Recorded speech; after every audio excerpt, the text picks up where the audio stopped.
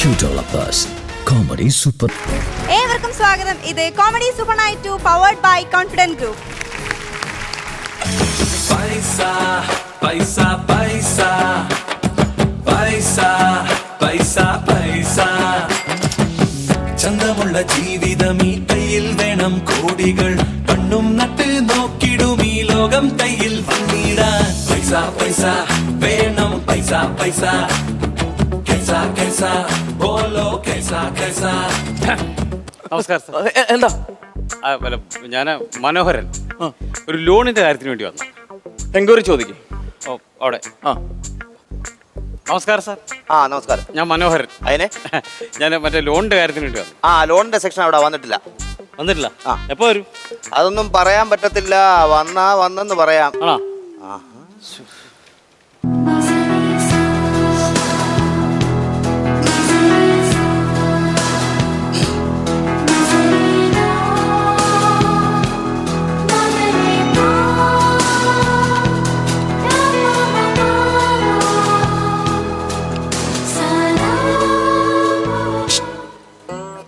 ഇതാണോ മറ്റേ പുള്ളി ഇതാണ്.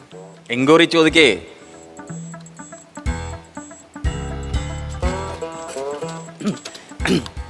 സാർ എന്നാട് ഇതാണോ മറ്റേ കക്ഷി?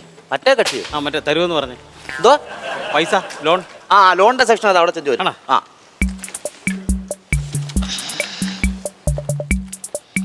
നമസ്കാരം മാഡം.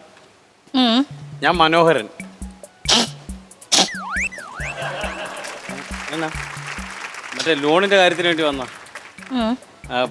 അന്ന് വിടുന്ന സാറേ സാറിന്റെ കയ്യിൽ കൊടുത്തിട്ടാണ്. സാർ പറഞ്ഞ ഇയാൾക്ക് ഏതാണ്ട് കിട്ടാറായെന്ന് പറഞ്ഞു. അന്നിരുന്ന ആ സാറ് വേറെ, ഇന്നിപ്പോ ഇവിടെ ഇരിക്കുന്ന ഈ സാർ വേറെ.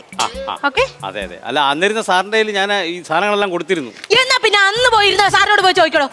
അല്ല സാർ ഇല്ലല്ലോ ഇപ്പൊ ഇവിടെ. അതല്ല തനിക്കിപ്പൊ എന്താ വേണ്ടത്? ലോണിന് ഇവിടെ ഹാജരാക്കേണ്ട കുറച്ച് പേപ്പേഴ്സ് ഉണ്ട്. ആദ്യം താൻ അത് ഹാജരാക്ക്. അല്ലാതെ അന്നിരുന്ന സാറിന്റെ ഞാൻ കൊടുത്തിരുന്നു. അത് മാനേജർക്ക് അറിയാം. എന്നാ പിന്നെ മാനേജരോട് പോയി ചോദിക്കും. അല്ല മാനേജർ വന്നില്ലല്ലോ. അപ്പൊ മാനേജർ എപ്പോ വരും?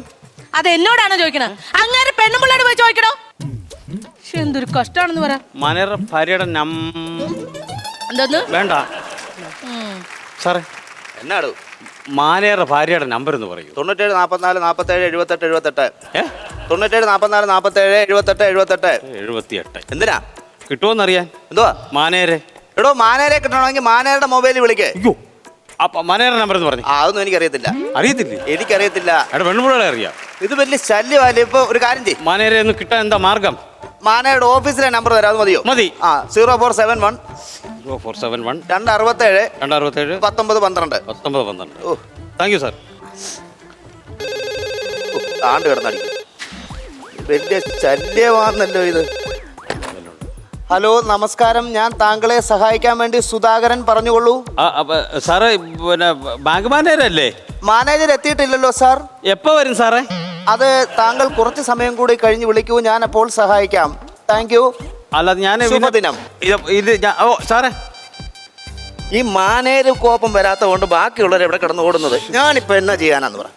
സാറേ ഞാൻ വിളിച്ചപ്പോ ആരാണ്ട് ഫോൺ എടുത്തിട്ട് വന്നില്ലെന്ന് പറഞ്ഞു.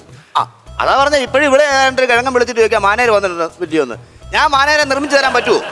അല്ല പറഞ്ഞത് ഞാൻ വിളിച്ചു ചോദിച്ചപ്പോഴും ഏതോ ഒരു തെണ്ടി എന്നെ വിളിച്ച് അതൊക്കെ പറഞ്ഞു. എന്തോ പറയാ സാർ. സമയം എന്തോ? എൻക്വയറി ചോദിക്കേ. അതും എൻക്വയറി ചെയ്യുന്നു.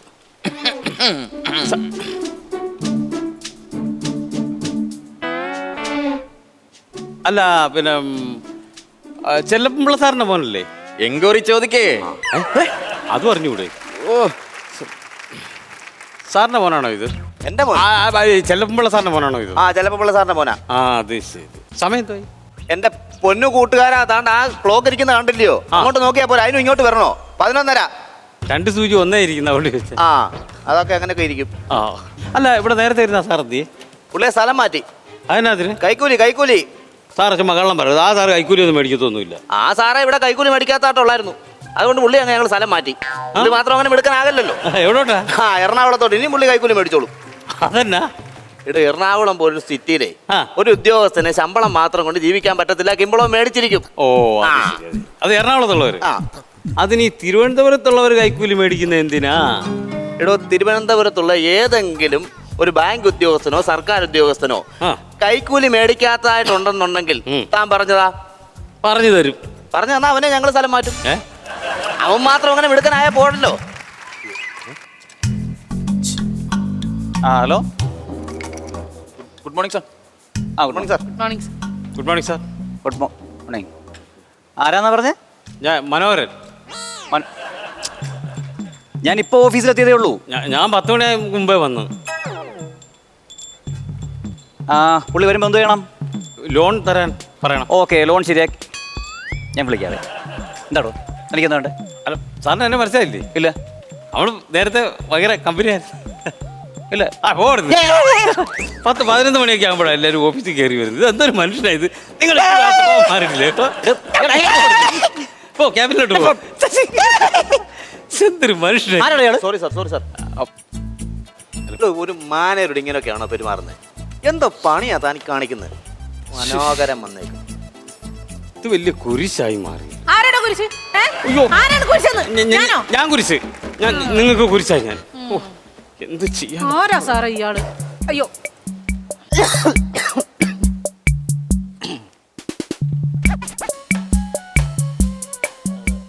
സാറേ ഒരു ലോണിന്റെ കാര്യത്തിന് വേണ്ടി കൊടുത്തിട്ടുണ്ടായിരുന്നു. എൻക്വയറി ചോദിക്കേ.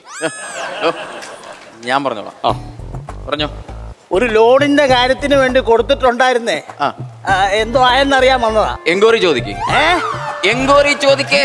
ഓ അത് തന്നെയല്ലേ ഞാൻ പറഞ്ഞത്. എടോ, ഇത് പറയാനേ എനിക്ക് ശമ്പളം തരുന്നത് കേട്ടോ. സാറേ നമസ്കാരം. അത് ഒരു ലോണിന്റെ കാര്യത്തിന് വേണ്ടി കൊടുത്തിട്ടുണ്ടായിരുന്നു. എന്തോ ആയെന്നറിയാൻ വന്നതാ. പേപ്പർ കൊണ്ടുവന്നിട്ടുണ്ടോ? എന്തോ പേപ്പർ കൊണ്ടുവന്നിട്ടുണ്ടോ? ഉണ്ട്. നീ കൊണ്ടുവാ. ഗോപാലകൃഷ്ണൻ, അവിടെ എനിക്ക് വിളിക്കാം. എന്താ? അവിടെ എനിക്ക് വിളിക്കാം. ശരി. അവിടെ പോയി ഇരി. ഓ ഗോപാലകൃഷ്ണന്റെ അവിടെ എന്തുവാ? പറഞ്ഞ റേഞ്ചിൽ അങ്ങ് പറഞ്ഞു പോയതാ. ഗോപാലകൃഷ്ണന്റെ ഫയലാ, ലോണിനുള്ളതാ. ഒന്ന് റെഡിയാക്കിയിട്ട് മാനേജർ എടുത്ത് കൊടുക്ക. ഞാൻ അങ്ങോട്ടൊന്ന് എൻക്വയറി ചോദിക്കേ. ഞാൻ മാനേജരെ ഒന്ന് കയറി കാണട്ടെ. ചെന്ന് കയറിക്കൂടെ. ചെറുതായിട്ട് സോപ്പ് ഏത്? ചെല്ല്.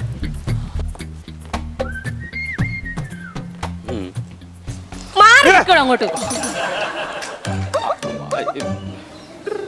ഞാനേ മുമ്പ് ഇച്ചിരി പിന്നെ ഓവറായിട്ട് സാധനം എടുത്തു പോയി. അതിപ്പം അവര് കാണണ്ട. സാറിന് നേരത്തെ കാര്യങ്ങളെല്ലാം അറിയാം. എന്നിട്ടും പക്ഷെ കുക്കറിന് അഭിനയമായിരുന്നു കേട്ടോ. ഞാനവിടെ ഞെട്ടിപ്പോയി. ഒരു പരിചയമില്ലാത്ത സത്യം പറഞ്ഞാൽ അവർക്കറിഞ്ഞുകൊണ്ടുള്ള നമ്മൾ തമ്മിലുള്ള ബന്ധം ഏതാ? എന്താണോ എനിക്ക്? എന്തോണോ എനിക്ക്? ഞാൻ ലോണിന് വന്നാ. എന്തോ ലോൺ?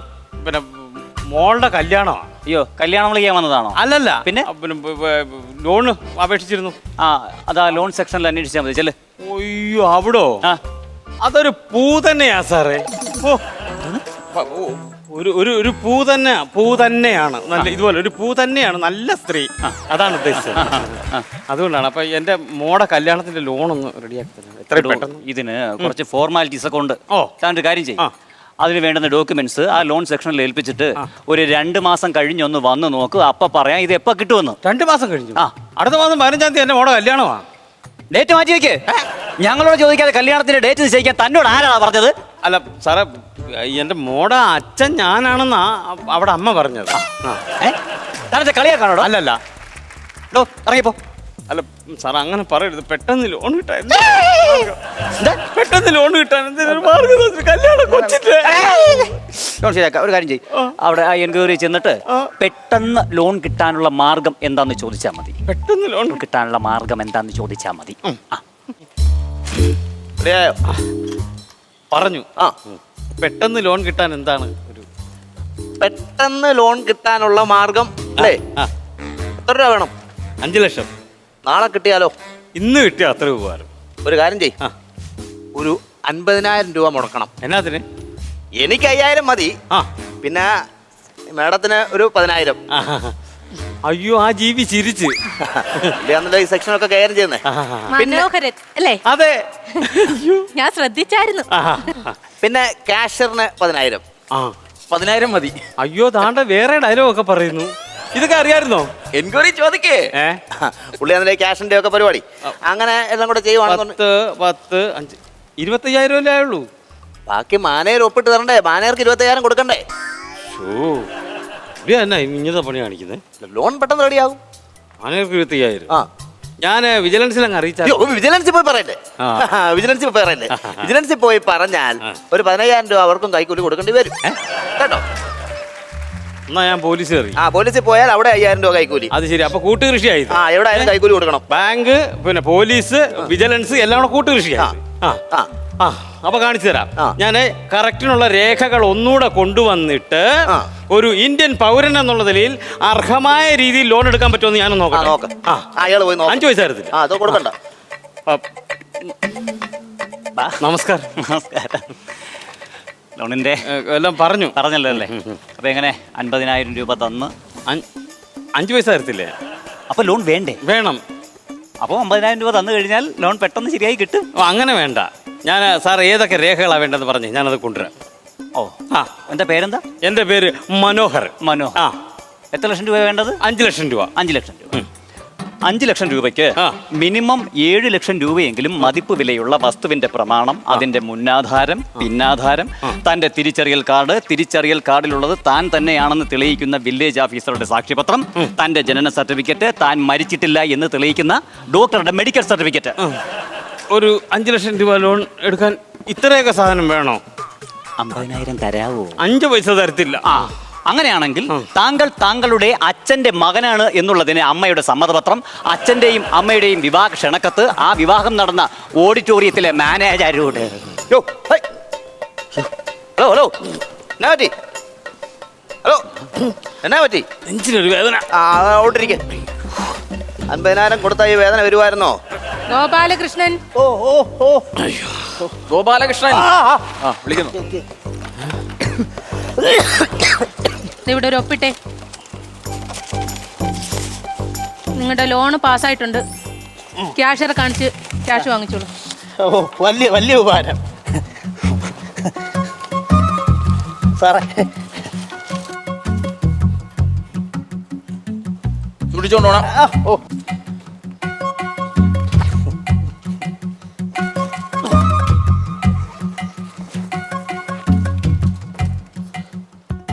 അന്തസ്സുണ്ടോടൂ?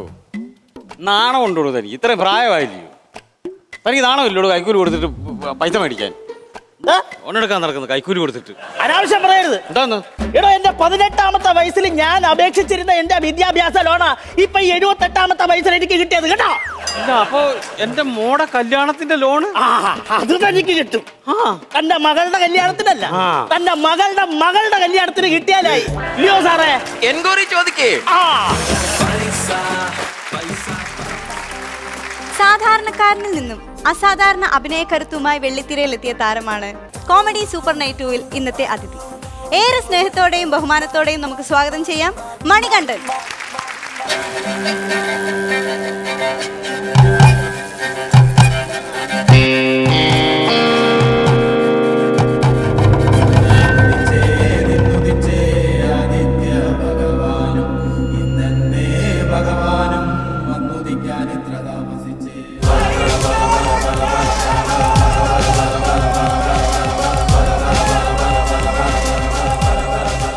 വികസനത്തിന്റെ പേരിൽ തുടച്ചു നീക്കപ്പെട്ട പച്ചയായ മനുഷ്യരിലേക്ക് കമ്മട്ടിപ്പാടം എന്ന സാമൂഹ്യ പ്രതിബദ്ധതയുള്ള ചിത്രത്തിന്റെ ക്യാമറ ചലിച്ചപ്പോൾ പ്രേക്ഷകർക്ക് കരുതിവെച്ച ഒരു അഭിനയ പ്രതിഭയെ മലയാളികൾക്ക് ലഭിച്ചു. പേര് മണികണ്ഠൻ. എറണാകുളം ജില്ലയിലെ ചമ്പക്കര ഫിഷ് മാർക്കറ്റിലെ തൊഴിലാളിയായിരുന്ന മണികണ്ഠൻ കമ്മട്ടിപ്പാടത്തിലെ പ്രധാന കഥാപാത്രങ്ങളിൽ ഒരാളാണ്. രാജീവ് രവി സംവിധാനം ചെയ്ത കമ്മട്ടിപ്പാടത്തിലെ ബാലൻ എന്ന കഥാപാത്രത്തിന് ഉയിരും ഊർജവും നൽകിയ മണികണ്ഠൻ നായകനായി അഭിനയിച്ച ചലച്ചിത്രവും ഉടൻ പ്രേക്ഷകർക്ക് മുന്നിലെത്തും. തൃപ്പൂണിത്തുറ കണ്ണംകുളങ്ങര സ്വദേശിയായ മണികണ്ഠൻ കുട്ടികളുടെയും മുതിർന്നവരുടെയും നാട്ടുകാരുടെയും വീട്ടുകാരുടെയും ഹൃദയം തൊട്ട് നാടിന്റെയും നായകനാകുന്നു. കഥാപാത്രത്തോട് ഇഴുകിച്ചേർന്ന അഭിനയ മികവും അഭിനയ കലയോടുള്ള അടങ്ങാത്ത അഭിനയവേശവും മണികണ്ഠനെ അഭിനയ കലയിൽ വേറിട്ട് നടത്തുന്നു. കലാകാരന്മാർ നിറഞ്ഞ ഒരു കുടുംബത്തിലെ അംഗമായ മണികണ്ഠനിൽ നിന്നും മലയാള ചലച്ചിത്ര മേഖലയ്ക്ക് ഇനിയും ഒരുപാട് കഥാപാത്രങ്ങളെ നമുക്ക് പ്രതീക്ഷിക്കാം. നിങ്ങളിപ്പോൾ കണ്ടതാണ് എൻ്റെ ചെറിയൊരു നാട് തൃപ്പൂണിത്തുറ. ഞാൻ തൃപ്പൂണിത്തുറയിലെ കണ്ണംകുളങ്ങരയിലാണ് താമസിക്കുന്നത്. ഇതാണ് എൻ്റെ വീട്. ഒരു 3-4 വർഷമായിട്ട് ഞങ്ങൾ ഇവിടെയാണ് താമസിക്കുന്നത്. വാടകയ്ക്കാണ്. ഇപ്പോൾ സ്വന്തം സ്ഥലം വാങ്ങാനുള്ള ശ്രമത്തിലാണ്. അടുത്ത് തന്നെ വാങ്ങുമെന്നുള്ളൊരു പ്രതീക്ഷയിലാണ്. 2-3 പടങ്ങൾ കഴിഞ്ഞ് നിൽക്കുന്നു. അലമാര, ബഷീറിൻ്റെ പ്രേമലേഖനം, അയാൾ ജീവിച്ചിരിപ്പുണ്ട്, കളം, അങ്ങനെ ഒരു 4 സിനിമ ഷൂട്ട് കഴിഞ്ഞ് നിൽക്കുന്നുണ്ട്. ഇപ്പോഴത്തെ ഒരു പ്രതിസന്ധിയൊക്കെ മാറിയിട്ട് വേണം അതൊക്കെ ഒരേ നേരം ഇറങ്ങാൻ. അപ്പോൾ വരുന്ന സിനിമകൾ നിങ്ങൾ കാണണം. അഭിനയ കലയിലെ ഈ അമൂല്യ മുത്തിനെ പൊട്ടിച്ചിരികളുടെ ഈ അത്യപൂർവ വേദിയിലേക്ക് സ്നേഹപൂർവം സ്വാഗതം ചെയ്യുന്നു.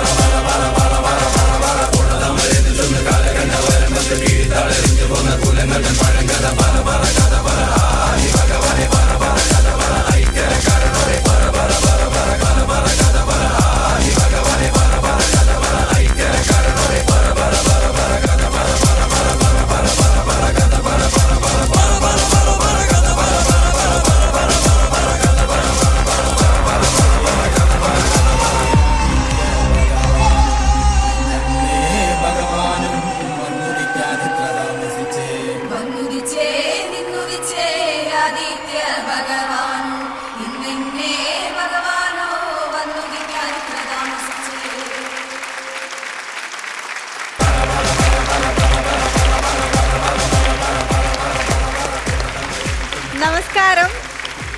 സാക്ഷാൽ ബാലൻ ചേട്ടൻ, നമ്മുടെ കമ്മട്ടിപ്പാടം എന്ന സൂപ്പർ ഡ്യൂപ്പർ ഹിറ്റ് മൂവിയിലെ ബാലൻ ചേട്ടനാണ് നമ്മൾ മലയാളികൾ ഒന്നടങ്കം ഇരു കൈയും നീട്ടി സ്വീകരിച്ച മണികണ്ഠൻ. ഒരുപാട് സന്തോഷം കോമഡി സൂപ്പർ നൈറ്റ് 2ന്റെ ഈ വേദിയിൽ വന്നതിന്. Welcome to comedy super night 2. Thank you. ഞാൻ എന്താ ഒരു പേടിയുണ്ടല്ലോ? സ്വാഭാവികമായിട്ടുള്ള സ്ഥായിയായിട്ടുള്ള പേടിയാണോ അത്? ഞാൻ എൻ്റെ സിനിമ കഴിഞ്ഞിട്ട് ആദ്യമായിട്ട് ഒരു ഷോ ചെയ്യുന്നത്, ചാനലിൽ ഷോ ചെയ്യുന്നത് ഈ സ്റ്റേജാണ്, ഇവിടെയാണ്. കോമഡി സൂപ്പർ നൈറ്റിൽ തന്നെ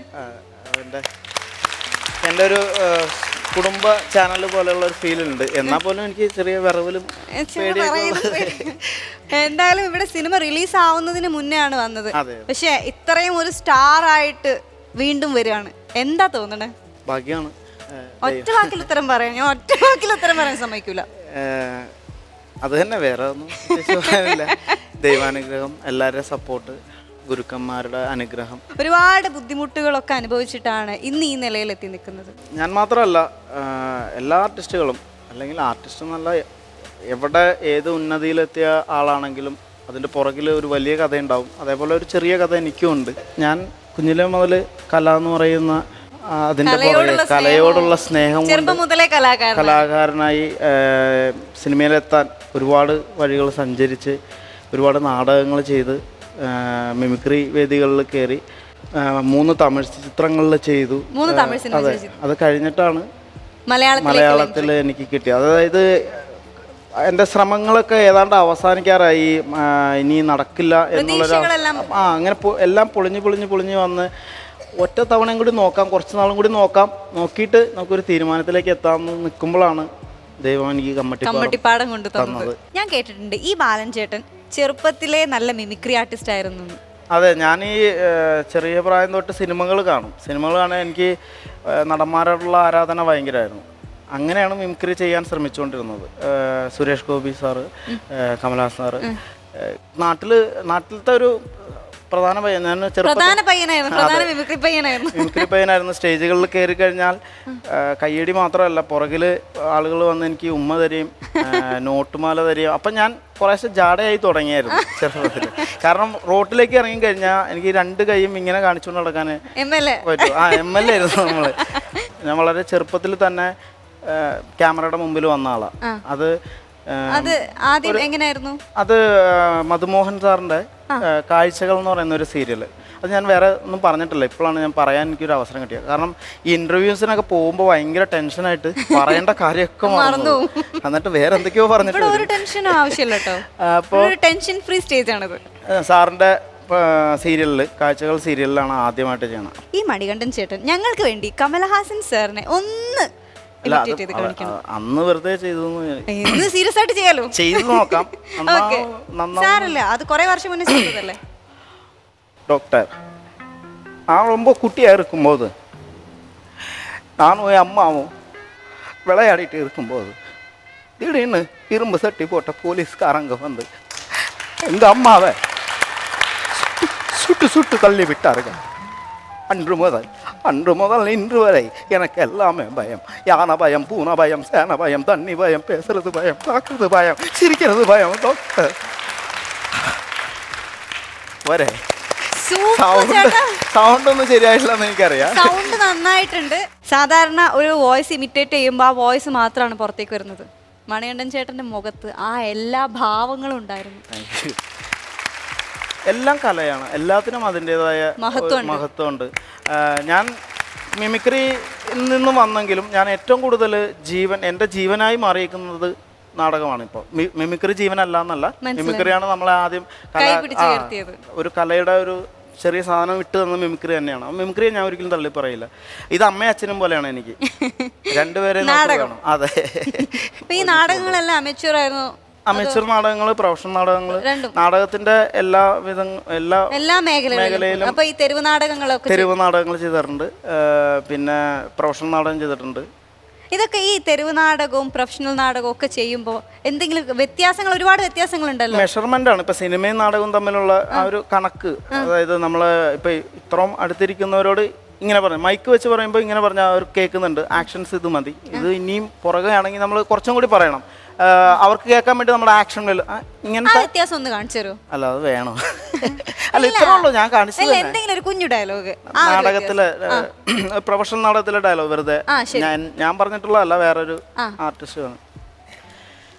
മാനത്ത് കേതുവിന് ഭയന്ന് ഭൂമിയിലേക്ക് വന്ന ചന്ദ്രബിംബം പോലെ നിന്റെ ഈ മുഖം, മാനോളം കണ്ണഴക്, മീനിന്റെ വടിവഴക്, വല്ലാതെ അങ്ങ് മോഹിച്ചു പോയടി പെണ്ണേ. ചാത്തന്റെ കളിക്കൂട്ടുകാരി, നാളെ സൂര്യൻ ഉദിക്കുമ്പോൾ 8 വീട്ടിലെ തമ്പറകൾ വന്ന് ചാത്തനെ വെട്ടി നുറുക്കും. പിന്നെ ഞാൻ മാത്രം, ഈ വീരഭദ്രൻ മാത്രം. നോക്ക്, വാക്കുകൾ കിട്ടണില്ല. എക്സൈറ്റഡ് ആയിട്ട് ഞാൻ ആദ്യമായിട്ടാണ് കാണുന്നത്. ഇപ്പൊ ടെൻഷൻ എനിക്കായി സത്യമായിട്ടും. ഇത് നമ്മളിപ്പോ സിനിമയിലാണെങ്കിൽ മാനത്ത് കേതുവിന് ഭയന്ന് ഭൂമിയിലേക്ക് വന്ന ചന്ദ്രബിംബം പോലെ നിന്റെ മാനോളം കണ്ണഴക്, മീനിന്റെ വടിവഴക്, വല്ലാതെ അങ്ങ് മോഹിച്ചു പോയിട്ട്. ഇനി തെരുവ് നാടകം ഒന്ന് കാണിച്ചു തരും. തെരുവ് നാടകം, അത് ഈ ഡയലോഗ് തന്നെ തെരുവ് നാടകം പറഞ്ഞാൽ അതൊരു സുഖം ഉണ്ടാവില്ല, അതിന്റെ ഒരു പാറ്റേൺ വേണ്ട. അപ്പൊ ഞാൻ കളിച്ചിട്ടുള്ള ഒരു തെരുവ് നാടകത്തിന്റെ ഡയലോഗ് മറന്നുപോയി, ഇംപ്രവൈസ് ചെയ്യുക. അത് ഒരു ആദിവാസിയായിട്ടാണ് ഞാൻ ചെയ്തത്. അപ്പോൾ വേറൊരു ക്യാരക്ടറുണ്ട്, ഒരു രാഷ്ട്രീയക്കാരൻ. അപ്പോൾ അയാൾ ഇങ്ങനെ ഞങ്ങളുടെ ഇത് അറിയണമെങ്കിൽ, അല്ലെങ്കിൽ ഞങ്ങളുടെ ഭരണത്തിൻ്റെ നേട്ടങ്ങൾ അറിയണമെങ്കിൽ നാട്ടിലൊന്നുമല്ല, കാട്ടിൽ ചോദിക്കണം. കാട്ടിലുള്ള സത്യസന്ധരായ മനുഷ്യരോട് ചോദിക്കണം. നമുക്ക് ഒരാളെ കൊണ്ട് ചോദിപ്പിക്കാം, എടാ പോക്കാ എന്ന് വിളിക്കുമ്പോൾ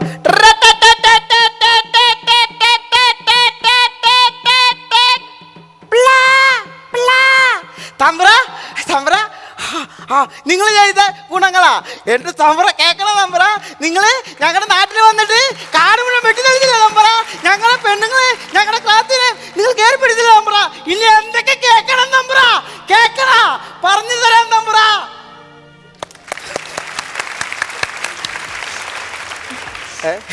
എന്റെ കണ്ണെന്നേ, എനിക്ക് ഇത്രയും അടുത്ത് നിന്നിട്ട് ഇത്രയും നല്ല പെർഫോമൻസ് കണ്ടിട്ട് സത്യം ഇങ്ങനെ കണ്ണുനീര് നിറഞ്ഞ്. പൊക്കി പറയല്ലേ.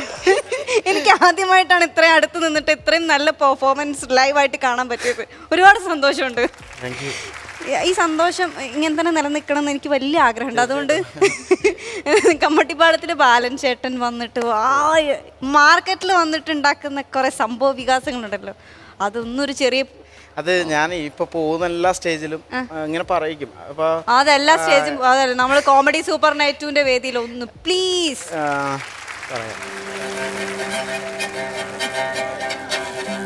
ദേവന്നി ഇടിയും കൊണ്ട് ചമ്മുനാറികള് ആരാണ്ടവൻ കരാട്ടെ കോപ്പ് നിനക്കിടിക്കണാന്ന് ഇടിച്ച് പൊളിക്കണ പന്നിനെ കൈയടിക്കണ.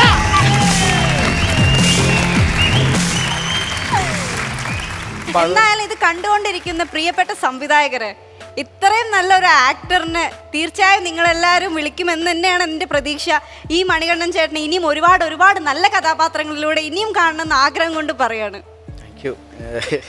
എങ്ങനെയാണ് നന്ദി പറയേണ്ടതെന്ന് അറിയില്ല. വ്യത്യസ്തനാമൊരു ആക്ടറാം ബാലനെ സത്യത്തിലാരും തിരിച്ചറിഞ്ഞില്ല.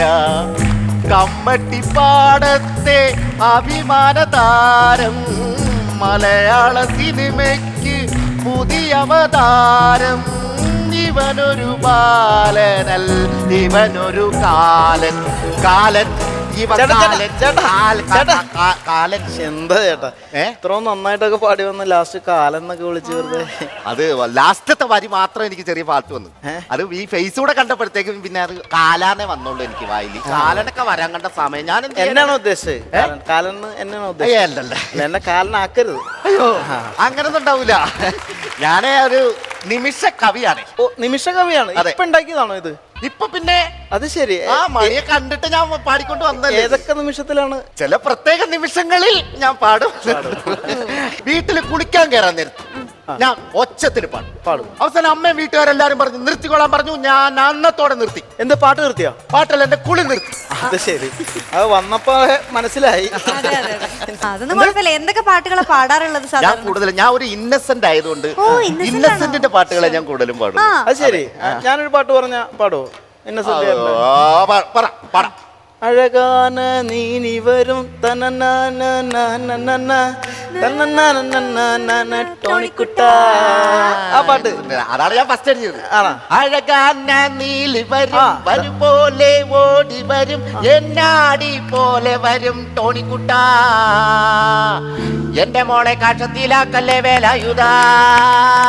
പകല് മുഴുവൻ പണിയെടുത്ത് കിട്ടണ കാശിന് കള്ളും കുടിച്ച് എന്റെ മോളെ കഷ്ടത്തിലാക്കല്ലേ വേലായുധ. എന്റെ മോളെ കഷ്ടത്തിലാക്കല്ലേ വേലായുധ. ഇന്നെങ്കിൽ നാളെ വരും, നാളെങ്കിൽ മറ്റന്നാ വരും, എന്നെങ്കിൽ എപ്പോഴും വരും ടോണിക്കുട്ട. എന്നെങ്കിലും എപ്പോഴെങ്കിലും വരും ടോണിക്കുട്ട.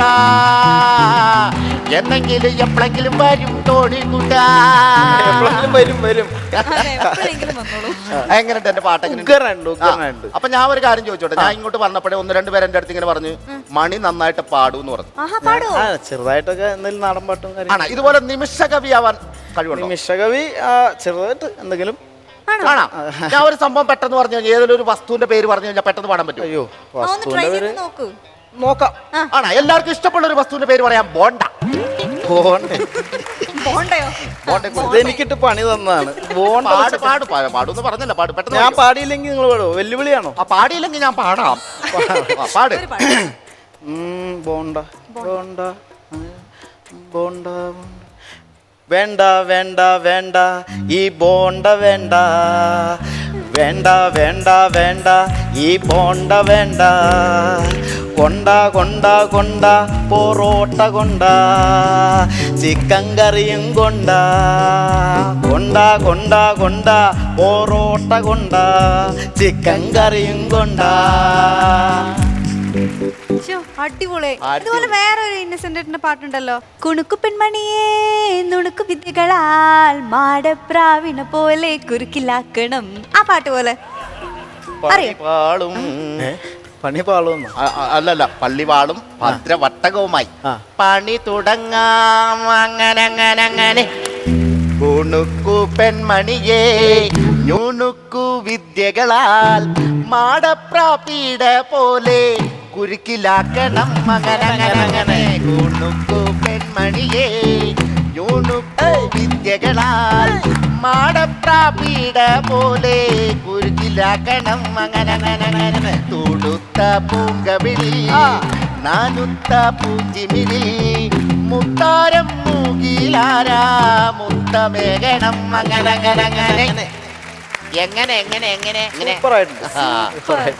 ഈ സ്വന്തമായിട്ട് പാട്ട് എഴുതെന്ന് പറഞ്ഞിട്ടുണ്ടല്ലോ, ഏതായാലും ഭക്തിഗാനം വല്ലതും സ്വന്തമായിട്ട് എഴുതിയിട്ടുണ്ടോ? ഞാൻ ശബരിമല സീസണിൽ കുറച്ച് നാൾ മുമ്പ് അഭയവരതൻ എന്ന് പറഞ്ഞൊരു ആൽബത്തിന് വേണ്ടിയിട്ട് മ്യൂസിക് ഡയറക്ടർ അജൻ്റെ മ്യൂസിക്കിൽ ഒരു 5 പാട്ട് എഴുതിയിട്ടുണ്ട്. ഒരു 4 വരി. ചന്ദ്രചൂട സുധ സുന്ദര ഇന്ദ്രവാഹന ഹരിനന്ദന ഇന്നിതാ വന്നു നിന്നിതാ നിൻ തിരുനട മുന്നിലായി നിൻ തിരുനട മുന്നിലായി ഏൽക്കണേ കൈക്കൂപ്പുകൾ കേൾക്കണേ കരൾ പാട്ടുകൾ നോക്കുമോ കനിവോടെ നീ കാട്ടിലെ കനകാംബര മലമേട്ടിലെ മണികണ്ഠനെ. എന്നാ ഞാൻ ഒരു കാര്യം ചോദിച്ചോട്ടോ, എന്റെ ഈ സൗന്ദര്യം ആരുടെ മൊത്തത്തിൽ ഈ ഒരു personality. ഈ പേഴ്സണാലിറ്റി എല്ലാം കണ്ടിട്ട് എന്നെ കുറിച്ച് ഒരു പാട്ട് പാടാൻ പറ്റും? പാട്ടല്ലേ? ഗ്ലാമർ വെച്ചിട്ട് ഒന്ന് നോക്കിയേ. മറ്റേ പാട്ട് പാടാം. ഞങ്ങൾ ഒരുമിച്ച് പാടാം. ഒരുമിച്ച് രണ്ടുപേർക്കും ഒരുമിച്ച് ഓക്കെ പഠിക്കട്ടെ. മരം ചാടി നടന്നൊരു കുരങ്ങൻ അവൻ മനുഷ്യന്റെ കുപ്പായമണിഞ്ഞു. എങ്ങനെയുണ്ട് പാട്ട്? ഒരു വരി കൂടി പാട്ട്. ഭയങ്കര ഇഷ്ടമായിരുന്നു കേട്ടോ, ഞാൻ വെറുത്തുപോയി. പോയി കളി. ആദ്യമായിട്ട് വിമാനത്തിൽ കയറിയപ്പോഴേ ഫേസ്ബുക്കിൽ പോസ്റ്റ് ഇട്ടുണ്ടായിരുന്നല്ലോ. അതെ, സത്യത്തിൽ ചില സമയങ്ങളിൽ ഞാൻ സിനിമാ നടനായ കാര്യം ഞാൻ മറന്നുപോകും. ഞാൻ എൻ്റെ കൂട്ടുകാരെ അറിയിക്കാൻ വേണ്ടിയിട്ട് അല്ലെങ്കിൽ ഫേസ്ബുക്കിൽ അങ്ങനെ വെറുതെ ചെയ്താൽ ഇതിപ്പോ ഇങ്ങനെ ഇതാവുമെന്നുള്ള ഇല്ല. എൻ്റെ ദൈവാനുഗ്രഹം ഒന്ന് ടൈം നല്ലതായതുകൊണ്ട് നമ്മൾ എന്ത് ചെയ്താലും അത് പോസിറ്റീവായിട്ട് വരുന്നുണ്ട്. ഞാൻ പരസ്യത്തിന് വേണ്ടി ചെയ്യാറില്ല, ആത്മാർത്ഥമായി ചെയ്യുന്നു, അത് പരസ്യമാവുന്നു. അത് ഇപ്പോഴത്തെ ഒരു സമയത്ത് അത് ബാംഗ്ലൂരിൽ അലമാര എന്ന് പറഞ്ഞ ചിത്രത്തിന്റെ ഇപ്പൊ എൻ്റെ അടുത്ത റിലീസ് വരുന്ന പടങ്ങളാണ്. ബഷീറിന്റെ പ്രേമലേഖനം, അലമാര, അയാൾ ജീവിച്ചിരിപ്പുണ്ട്, കളം, ഈ 4 ചിത്രങ്ങളുണ്ടല്ലോ ചെയ്തു വെച്ചിട്ടുള്ളത്. നിങ്ങളുടെ എല്ലാവരുടെയും സപ്പോർട്ട് ആ ചിത്രങ്ങൾക്കും ഉണ്ടാവണം. എല്ലാവരും സിനിമ കാണണം. അങ്ങനെയൊക്കെ എന്തൊക്കെ പറഞ്ഞാലും ഞാൻ ആദ്യം കണ്ടപ്പോൾ, ഞാൻ ആദ്യമായിട്ടാണ് മണികണ്ഠൻ ചേട്ടനെ കാണുന്നത്. ഞാൻ സിനിമയിലെ കണ്ടിട്ടുള്ളൂ. അപ്പോൾ അതിൽ നിന്ന് പെട്ടെന്ന് ഡയറക്റ്റ് കണ്ടപ്പോൾ ഭയങ്കര വ്യത്യാസം. ഇത് കാണുന്ന നിങ്ങൾക്കും അറിയാൻ പറ്റും ആ വലിയൊരു വ്യത്യാസം. ഒരു വലിയൊരു പല്ലൊക്കെ ഉണ്ടായിരുന്നു. അതെ അതെ, പല്ലുണ്ടായിരുന്നു. പല്ലാണ് നമ്മുടെ എല്ല്. ആ പല്ല് പിന്നെ ഭയങ്കര പ്രിയപ്പെട്ടതായി മാറി. ഇന്നും ഞാൻ ആ പല്ല് തിരിച്ചു കൊടുത്തിട്ടില്ല. റോഷൻ ചേട്ടനോട് കെഞ്ചി അത് വാങ്ങി. റോഷൻ ചേട്ടൻ എനിക്ക് ആ പല്ല് തന്നു. അത് ഞാൻ എൻ്റെ അലമാരിയിൽ കൊണ്ടുവച്ചിട്ടുണ്ട്. ഒരു വീട് പണിയുമ്പോൾ ഈ വീടിൻ്റെ ഐശ്വര്യം ഈ പല്ല്. മണികണ്ഠൻ ചേട്ടനെ പറ്റി ഒരാൾക്ക് ഒരു കാര്യം പറയാനുണ്ട്. അത് മണികണ്ഠൻ ചേട്ടനെ കാണണ്ടേ, കേൾക്കണ്ടേ? തീർച്ചയായിട്ടും. ആരും നമുക്ക് കാണാം, കേൾക്കാം. വാ. എൻ്റെ പേര് ഗിരീഷ്. ഞാനിപ്പോ ബാലേട്ടനെ പറ്റിയാണ് സംസാരിക്കാൻ പോകുന്നത്. ബാലേട്ടൻ എന്ന് പറയുമ്പോൾ നമ്മുടെ കമ്മട്ടിപ്പാടത്തിലൂടെ നിങ്ങൾക്ക് എല്ലാവർക്കും സുപരിചിതനായ മണികണ്ഠൻ എന്നുള്ളൊരു നടനെ പറ്റിയാണ്. മണികണ്ഠനുള്ള ആക്ടറിനെ നിങ്ങൾക്ക് എല്ലാവർക്കും അറിയാം. പക്ഷേ മണികണ്ഠൻ എന്നുള്ളൊരു വ്യക്തിയെ എനിക്ക് വളരെ നന്നായിട്ട് അറിയാം. പല വർഷങ്ങളായിട്ട് എനിക്ക് അറിയാവുന്നതാണ്. മണികണ്ഠൻ്റെ ഫാമിലിയായിട്ടും എനിക്ക് അല്ലാതെ പേഴ്സണലായിട്ടും ഒരുപാട് പരിചയമുണ്ട്. ഞങ്ങൾ ഒത്തിരി പ്രോഗ്രാംസുകൾ ചെയ്തിട്ടുണ്ട്, സ്റ്റേജ് പ്രോഗ്രാംസുകൾ. അതിൻ്റെ രസകരമായിട്ടുള്ള ഒരുപാട് അനുഭവങ്ങൾ ഉണ്ടായിട്ടുണ്ട്. പക്ഷേ അതൊന്നും അല്ലാതെ മറ്റൊരു കാര്യമാണ് എനിക്ക് പങ്കുവെക്കാനുള്ളത്. അതായത് ഞങ്ങൾ സ്റ്റേജ് പ്രോഗ്രാമൊന്നും എല്ലാം കഴിഞ്ഞിട്ട് പിന്നെ ഞാനൊരു സിനിമ മുഖമായിട്ട് ഞാൻ ചെന്നൈയിലേക്ക് ഫസ്റ്റ് പോവുകയും പിന്നെ ഒരു 2-3 വർഷത്തെ ഗ്യാപ്പിന് ശേഷം മണികണ്ഠൻ കോണ്ടാക്ട് ഒന്നുമില്ല, മണികണ്ഠനായിട്ട് കോണ്ടാക്ട് ഒന്നുമില്ല.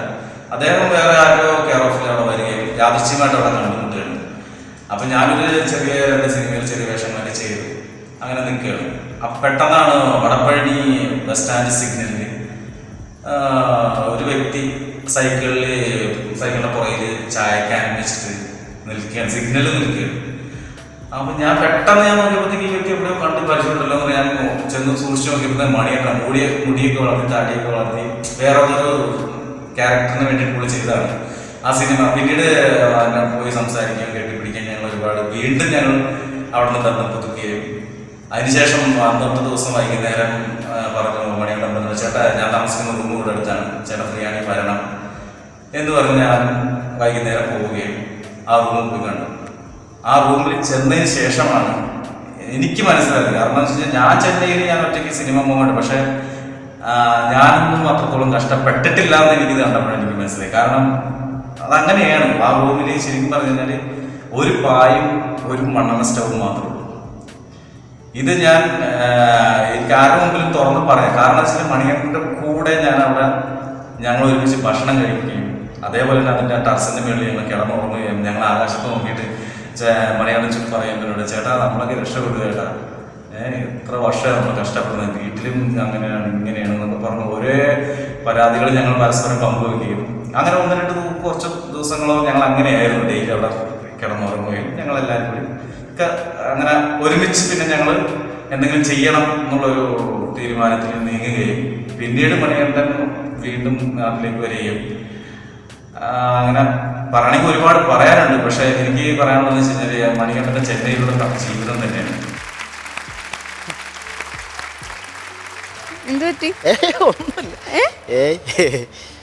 ഒന്നുമില്ല പറയാം. ഗിരീഷ് ചേട്ടൻ എൻ്റെ ചെറുപ്പം മുതലുള്ള സുഹൃത്ത് ഒരു ചേട്ടനാണ്. ഗിരീഷ് ചേട്ടൻ ഞങ്ങളുടെ നാട്ടിൽ ഈ ഷോ ഇല്ല, ഇപ്പോൾ ഷോ എന്ന് പറയുന്ന ഒരു സംഭവം ഞങ്ങളുടെ നാട്ടിൽ തൃപ്പൂണിത്തുറ എരൂർ ആ ഭാഗത്തൊക്കെ ഷോയൊക്കെ ആദ്യമായിട്ട് തുടങ്ങിയ ഒരാളാണ്. നല്ല മിമിക്രി ആർട്ടിസ്റ്റാണ്. വിജയുടെ ശബ്ദം നന്നായി ചെയ്തുകൊണ്ടിരുന്ന ആളാണ്. അപ്പോൾ ആളുടെ ഷോയിലൊക്കെ ഞാൻ പങ്കെടുത്തിട്ടുണ്ട്.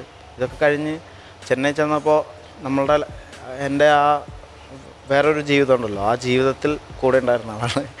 നല്ല അഭിനേതാവാണ്, നല്ല മിമിക്രിക്കാരനാണ്, നല്ല നാടൻ പാട്ടുകാരനാണെന്ന് ഞാൻ കേട്ടിട്ടുണ്ട്.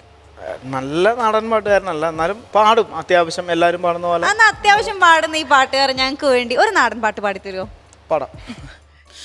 മുണ്ടകൻ പാടത്തെ നാദൻ കുഞ്ഞേ, മുണ്ടകൻ കൊയ്യുമ്പോ എവിടിരിക്കും, മുണ്ടക കച്ചേലിരിക്കും ഞാനേ, മുണ്ടക കച്ചേലിരുന്നുറങ്ങും, മുണ്ടക കച്ചേലിരുന്നുറങ്ങും, മുണ്ടകൻ കൊയ്യുമ്പോ എവിടിരിക്കും, കച്ചമേദിക്കുമ്പോ എവിടിരിക്കും, അച്ഛൻ മാടിമേലിരിക്കും ഞാനേ, അച്ഛൻ മാടിമേലിരുന്നുറങ്ങും, അച്ഛൻ മാടിമേലിരുന്നുറങ്ങും, അച്ഛൻ മരിക്കുമ്പോ എവിടിരിക്കും, അമ്മ മടിമേലിരിക്കും ഞാനേ, അമ്മ മടിമേലിരിക്കും ഞാനേ, അമ്മ മരിക്കുമ്പോ എവിടിരിക്കും, അമ്മ മരിക്കുമ്പോ എവിടിരിക്കും, കുഞ്ഞാങ്ങള മടിമേലിരിക്കും ഞാനേ, കുഞ്ഞാങ്ങള മടിമേലിരുന്നുറങ്ങും, കുഞ്ഞാങ്ങള മരിക്കുമ്പോ എവിടിരിക്കും, കുഞ്ഞാങ്ങള മരിക്കുമ്പോ എവിടിരിക്കും, എൻ്റെ വീതി പോലെ ഞാൻ കഴിയും, എൻ്റെ വീതി പോലെ ഞാൻ കഴിയും, എൻ്റെ വീതി പോലെ ഞാൻ കഴിയും, എൻ്റെ വീതി പോലെ ഞാൻ കഴിയും, എൻ്റെ വീതി പോലെ ഞാൻ കഴിയും.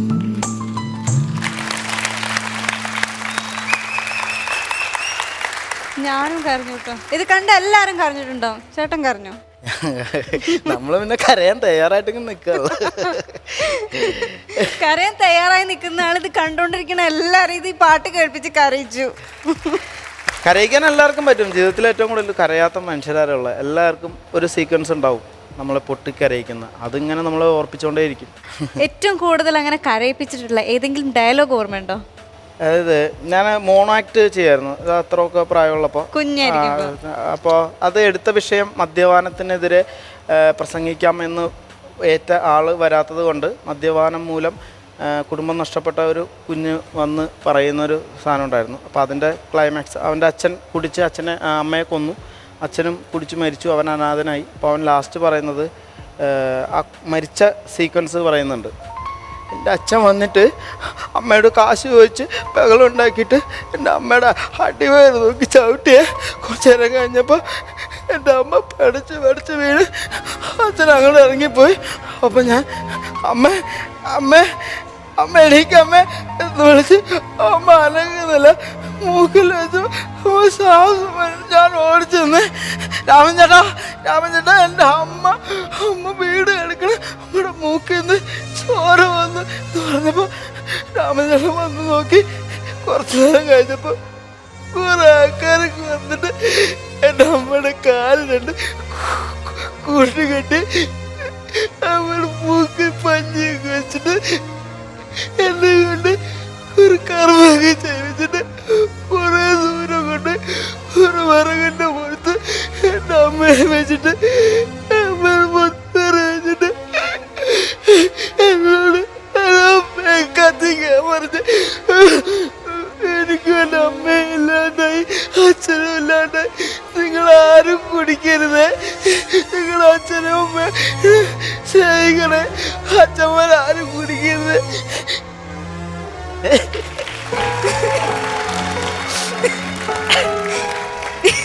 ഇത് ചെയ്ത് എനിക്ക് പ്രൈസ് കിട്ടിയിട്ടുണ്ട്. പ്രൈസ് തന്നില്ലെങ്കിൽ ഞങ്ങൾ നമുക്കിത് കേൾക്കുമ്പോഴേ അല്ലെങ്കിൽ ഇത് കാണുമ്പോൾ നമ്മുടെ മുന്നിൽ അത് ഇങ്ങനെ വിഷ്വൽസ് ഇങ്ങനെ ഓടിക്കൊണ്ടിരിക്കുക. ഞാൻ മാത്രമല്ല ഇവിടെ ഇരുന്നതാ ആ ചേച്ചിക്ക് അറിയായിരുന്നു. ആ ചേച്ചിയൊക്കെ തല താഴ്ത്തിയിട്ട് ഇങ്ങനെ കൺട്രോൾ ചെയ്തിട്ട് ഇങ്ങനെ നിൽക്കുക. അപ്പം ഞാൻ ക്യാമറന്റെ മുന്നിൽ നിന്നിട്ട് ഞാൻ എത്ര കൺട്രോൾ ചെയ്തിട്ടും പറ്റണില്ല. അതുകൊണ്ട് സംഭവിച്ചു പോയതാണ്.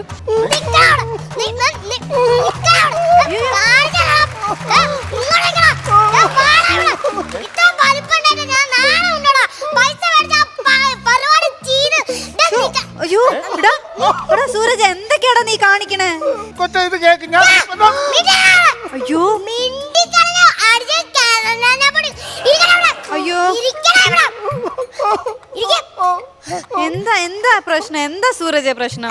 വേറൊന്നുമല്ല, ഞാനും എൻ്റെ ഒരു കൂട്ടുകാരനായിട്ട് മുട്ടമഴകായി അങ്ങനെ ഞാൻ അവനെ തലമടിയിട്ട് ഒരു കൊട്ടേഷൻ ഏൽപ്പിക്കാൻ വേണ്ടി നിന്നു.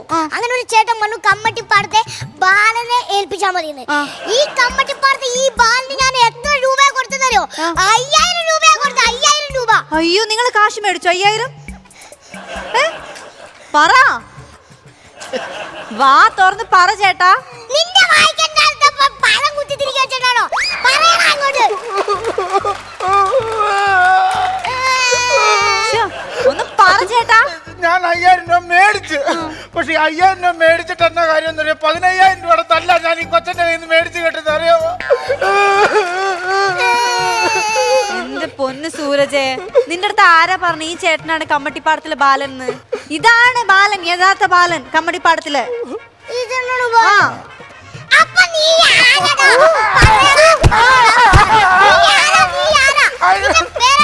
ഞാൻ കമ്മട്ടിപ്പാടത്തിലെ ബാലനല്ല, മമ്മട്ടിപ്പാടത്തെ ബ്രാലൻ. അല്ല, എനിക്ക് മീൻപിടുത്തമൊക്കെ പരിപാടി. അപ്പൊ നാട്ടുകാരനെ ബ്രാലാന്ന് വിളിക്കും. അല്ലാതെ ഞാനൊന്നും തെറ്റ് ചെയ്തിട്ടില്ല.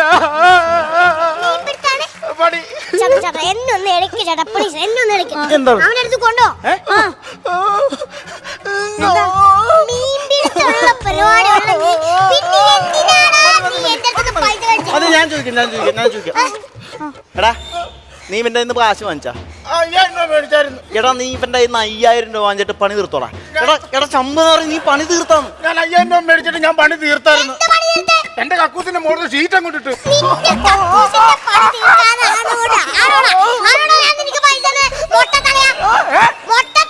നീ എന്നാ വിളിച്ച?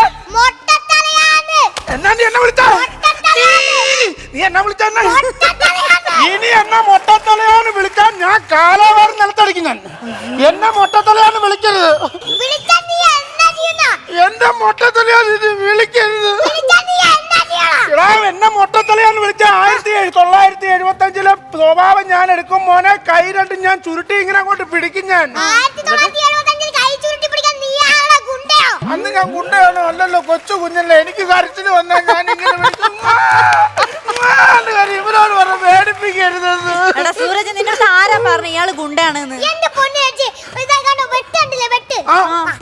ചേട്ടാ, ചേട്ടനറിയോ ഈ വില്ലന്മാരുടെ അല്ലെങ്കിൽ കൊട്ടേഷൻ സംഘത്തിന്റെ ഒക്കെ വെട്ട് ഉണ്ടാവുമല്ലോ. ആ, ഈ വെട്ട് കണ്ടിട്ടാ ഞാൻ വിശ്വസിച്ചു പോയത്. ആണോ? ഞാനൊരു കാര്യം ചോദിക്കട്ടെ, ഈ വെട്ടങ്ങനെ കിട്ടിയത്? അത് ഒരു മഴക്കിന്റെ ഇടയ്ക്ക് വെട്ട് കൊണ്ടതൊന്നും അല്ല. അതെന്നെ പെണ്ണുമ്പിള്ള എനിക്ക് ഒരു ഇല കൊണ്ട് ഇങ്ങനെ വരച്ചതാ. ഒന്ന് പോടോ, നുണ പറയരുത്. പെണ്ണുമ്പിള്ള സ്നേഹത്തോടെ ഒരു ഇല കൊണ്ട് വരച്ച ഇങ്ങനെ വെട്ട്.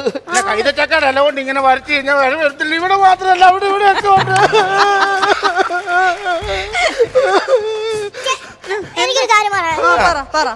ഇന്ന് പൈസ മേടിച്ചിട്ട് എന്റെ 5000 രൂപ പൈസ മേടിച്ചിട്ട് അന്ന് രാത്രി 12 മണിക്ക് ശേഷം പണി തുടങ്ങാന്ന് പറഞ്ഞിട്ട് ഞാൻ ആ സെമിത്തേരിയുടെ, ഞാനും എന്റെ പിള്ളേരും കൂടി സെമിത്തേരിയുടെ അവിടെ പോയി നിന്നിട്ട് ഈ പന്നക്കളവൻ വന്നില്ല.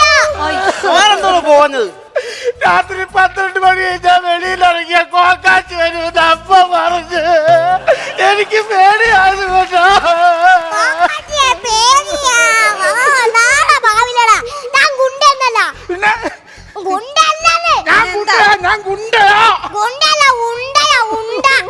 ഇപ്പൊ ഞാനൊരു കാര്യം ചോദിച്ചോട്ടെ, എനിക്ക് ഇയാൾക്കൊരു മറ്റേ ഇത് നടത്തിയാ പോരാ, കൊട്ടേഷൻ നടത്തിയാ പോരാ.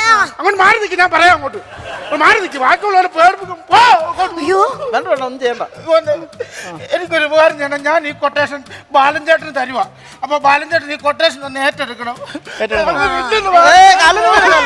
ഇല്ലെന്ന് പറയരുത്. ഏറ്റെടുക്കട്ടെ? ഏറ്റെടുക്കോ? ഞാൻ കൊട്ടേഷൻ ഏറ്റെടുക്കാം. കൊട്ടേഷൻ ഏറ്റെടുക്കോ? എന്താ അവന്റെ പേരെന്താണ്? അവന്റെ പേര് അനന്തൻ. അവൻ എവിടെ ഉണ്ടാവും ഇപ്പൊ? അവനെ 4 മണിക്ക് മുമ്പേ ചെല്ലുവാണെന്നുണ്ടെങ്കിൽ കരുനാപ്പള്ളിയിൽ ഇട്ട് പിടിക്കാം. എന്താണ് അവന്റെ പണി? 2 ബിയിൽ പഠിക്കുന്നു. 2 എടാ നാണം ഉണ്ടാണോ നിനക്ക്? 2 ബിയിൽ പഠിക്കുന്നവനെ ഞാൻ വന്നതല്ലടാ. ഈ 2 ബിയിൽ പഠിക്കുന്നു എന്ന് ഞാൻ പറഞ്ഞല്ലോ. അവൻ 16 വർഷമായിട്ട് പഠിക്കുവോ 2 ബിയിൽ? അവന്റെ ശരീരമൊക്കെ ഇത്ര ഉണ്ട്. എനിക്ക് അവന്റെ അടുത്ത് എല്ലാം പേടിയാ. എങ്ങനെയെങ്കിലും ഒന്ന് റെഡിയാക്കി താവല്ലേ. എടാ, നീ ഗുണ്ടയാണെന്ന് പറയണ്ടല്ലോ. നീ ഇത്ര നാളായിട്ട് എന്തെങ്കിലും ഒരു പണി നടത്തിയിട്ടുണ്ടോ? അങ്ങനെ ഒന്നും പറയുന്നൊന്നും വേണ്ട. ദേഷ്യം വരുവാണെങ്കിൽ ഞാൻ വെട്ടും. വെട്ടും ഒറ്റരിപ്പിന് 3 പ്ലേറ്റ് ചോറ് വെട്ടും. ഉണ്ടാക്കാൻ പറ്റത്തില്ല. അങ്ങനെ പറയല്ലോ ബാലൻ ചേട്ടാ. കൊട്ടേഷന്റെ കാര്യം എങ്ങനെയല്ലോ ഒന്ന് തീരുമാനം. ഒരു രക്ഷയില്ല. നീ കാശ് വാങ്ങിച്ചല്ലേ, ആ പണി നീ തന്നെ നടത്തിക്കോ. ഞാനില്ല, എന്റെ കൂടെ നടക്കൂല മോനെ. അതെ, ഒരു കാര്യം പറയാം. ബാലൻ ചേട്ടൻ അത് ഏക്കുവരെന്നാ പറഞ്ഞു. അങ്ങനെയാണെന്നുണ്ടെ ഒരു കാര്യം ചെയ്യും. അവൻ ക്ലാസ്സിൽ ഇരിക്കാൻ നേരത്ത് ഞാൻ അവനെ തല്ലത്തില്ല. അവന്റെ വലിപ്പമൊക്കെ കാണുമ്പോൾ എനിക്ക് പേടിയാ. അപ്പൊ ഒരു കാര്യം ചെയ്യും, അവൻ സ്കൂൾ വിട്ട് വീട്ടിൽ വരുമല്ലോ. വീട്ടിൽ വന്ന് രാത്രി കിടന്ന് ഉറങ്ങുന്ന സമയത്ത് രാത്രി 2 മണിയാകുമ്പോ ചെന്നിട്ട് അങ്ങ് പണി നടത്തിയാലോ? എത്ര മണി? രാത്രി 2 മണിക്ക് എന്നിട്ട് അവനെ അങ്ങ് പണി നടത്തിയാലോ? രാത്രി 2 മണിക്ക്? ചേട്ടൻ കേൾക്കണം, രാത്രി 8 മണിയായ അമ്മയുടെ കൈയും പിടിച്ച് മൂത്രയ്ക്കാൻ പോകുന്ന പയ്യനാ. രാത്രി 2 മണിക്ക് അവൻ ഉണ്ടാക്കാൻ പോണു. ഞാൻ എന്നാ ചെയ്യും? പുള്ളി വെട്ടാനല്ലാതെ എനിക്ക് ഇനിയിപ്പോ ഞാനത് പറയാൻ പറ്റുമായിരുന്നു. വേറെ ആമ്പിള്ളാരെ ഏൽപ്പിക്കുവാണെങ്കിൽ ഒന്നും അറിയണം, നൈസായിട്ട് അവിടെ ചെന്ന് പണി നടത്തിയിട്ട് പോരും. അതാ എന്റെ അഭിപ്രായം തന്നെ. നാളെ ആമ്പിള്ളാരെ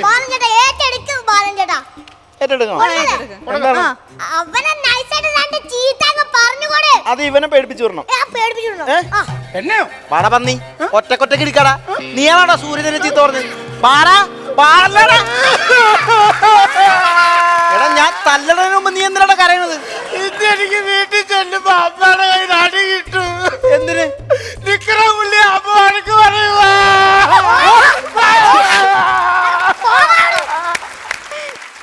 ചമ്പക്കരയിൽ നിന്ന് സിനിമയുടെ വെള്ളി ചമ്പക്കര മാർക്കറ്റിൽ നിന്നാണ് വന്നത് തുടക്കം. ആ തുടക്കത്തിൽ നിന്ന് വെള്ളി വെളിച്ചത്തിലെത്തി ഇപ്പൊ കോമഡി സൂപ്പർ നൈറ്റ് 2ന്റെ വേദിയിൽ അതിഥിയായി എത്തിയിരിക്കുകയാണ്. ചേട്ടനെ ഇഷ്ടപ്പെടുന്ന, സ്നേഹിക്കുന്ന, കമ്മട്ടിപ്പാടം പടം കണ്ട എല്ലാ പ്രേക്ഷകരെടുത്തും എന്താ ചേട്ടന് പറയാനുള്ളത്? ഒന്ന്, ചമ്പക്കര മാർക്കറ്റ് എന്ന് പറയുന്നത് ഞാൻ ആദ്യം മുതലേ മത്സ്യത്തൊഴിലല്ലായിരുന്നു. പല തൊഴിലുകൾ ചെയ്തതിന്റെ അതായത് സ്ഥിരമായ ഒരു തൊഴിൽ കണ്ടിന്യൂ ചെയ്യാൻ പറ്റില്ല. അത് ചെയ്യാഞ്ഞിട്ടാണ് അത് പറഞ്ഞു. അപ്പൊ അങ്ങനെ അവസാന ടൈമിൽ ഞാൻ സിനിമയിൽ വരുന്ന സമയത്ത് മാർക്കറ്റിൽ പ്രകാശൻ എന്ന് പറയുന്ന എൻ്റെ ആശാന്റെ തട്ടിൽ പണിതുകൊണ്ടിരിക്കുമ്പോഴാണ് എനിക്കിത് അവസരം വരുന്നത്. മാർക്കറ്റ് ഭയങ്കര എനർജിയാണ് എനിക്ക്. മാർക്കറ്റ് തന്നിട്ടുള്ള എനർജി, തെരുവ് നാടകം തന്നിട്ടുള്ള എനർജി, എൻ്റെ ലൈഫിലെ അനുഭവങ്ങൾ തന്നിട്ടുള്ള എനർജിയാണ് കമ്മട്ടിപ്പാടം ബാലന് എനിക്ക് പകരാൻ കഴിഞ്ഞത്. എന്താ പറയുക, ഒട്ടും വിശ്വസിക്കാൻ കഴിഞ്ഞില്ല. ഒറ്റ സിനിമ കൊണ്ട് ഒരു പ്രധാനപ്പെട്ട താരങ്ങളുടെ ഒപ്പം എന്നെ വെക്കും, അല്ലെങ്കിൽ എൻ്റെ പേരും പറയപ്പെടും. ഇതേപോലെ വലിയ വലിയ ഷോകളിൽ എന്നെ പ്രധാന ഗസ്റ്റായി വിളിക്കും എന്നൊന്നും ഞാൻ സ്വപ്നത്തിൽ കണ്ടിട്ടില്ല. പതുക്കെ പതുക്കെ വരുമായിരിക്കും എന്നുള്ളൊരു ചിന്തയിലായിരുന്നു.